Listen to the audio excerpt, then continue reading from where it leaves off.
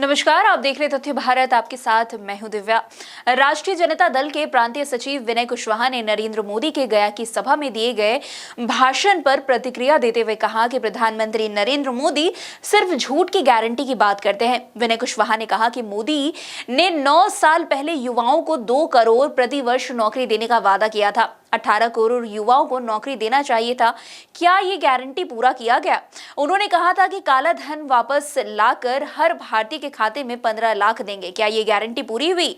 कहा था कि पेट्रोल डीजल गैस सिलेंडर का दाम कम होगा, लेकिन इनके कार्यकाल से पहले 450 में मिलने वाला गैस सिलेंडर आज 1100 में मिल रहा है।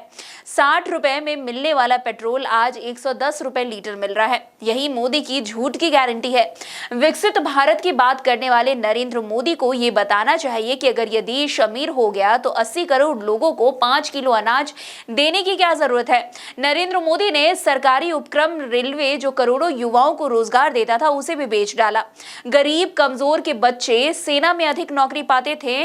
अग्निवीर योजना लाकर 4 साल कर दिया गया उसे। 4 साल के बाद युवा क्या करेंगे, ये बहुत बड़ा सवाल है। प्रधानमंत्री नरेंद्र मोदी सिर्फ मुद्दा विभिन्न राजनीति करते हैं। आज मोदी जी का आगमन हुआ था।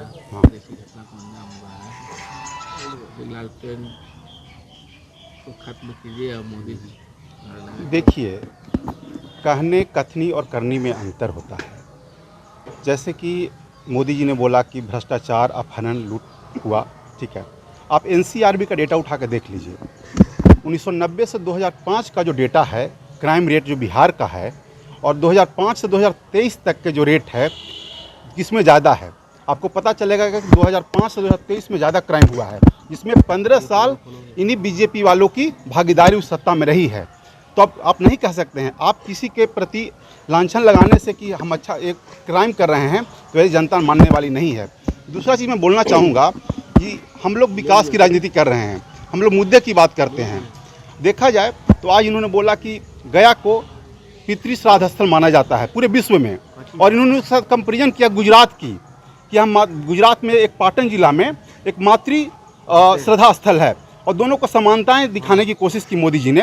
मैं वो आदरणीय प्रधानमंत्री हैं और मैं उनका बहुत ही स्वागत करता हूं और बहुत इज्जत करता हूं।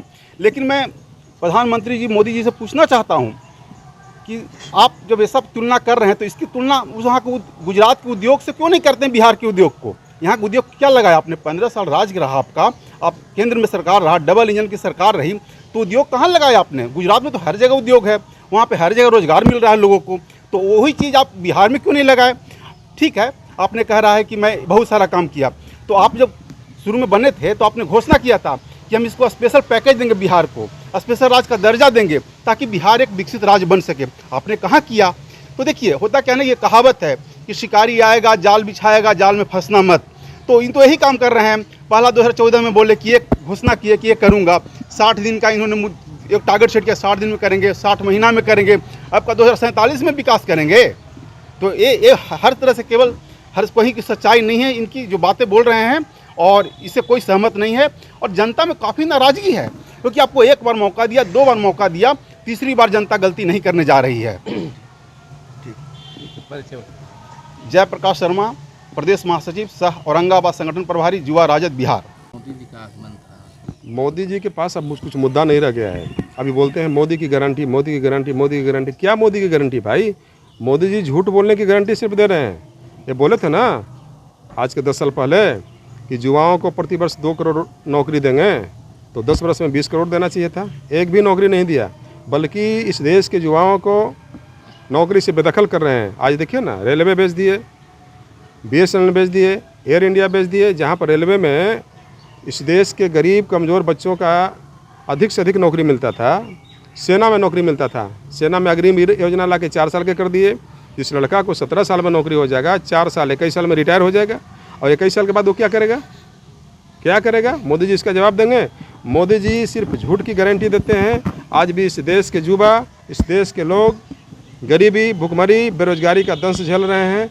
किसान जो है, किसानों का जो है, जो अपना अनाज उत्पादन करता है, उसका जो है MSP नहीं दे रहे हैं। आज भी इस देश के किसान डिपेंड कर रहा है भगवान पर। पानी पड़ेगा तो धान होगा, पानी पड़ेगा तो गेहूं होगा।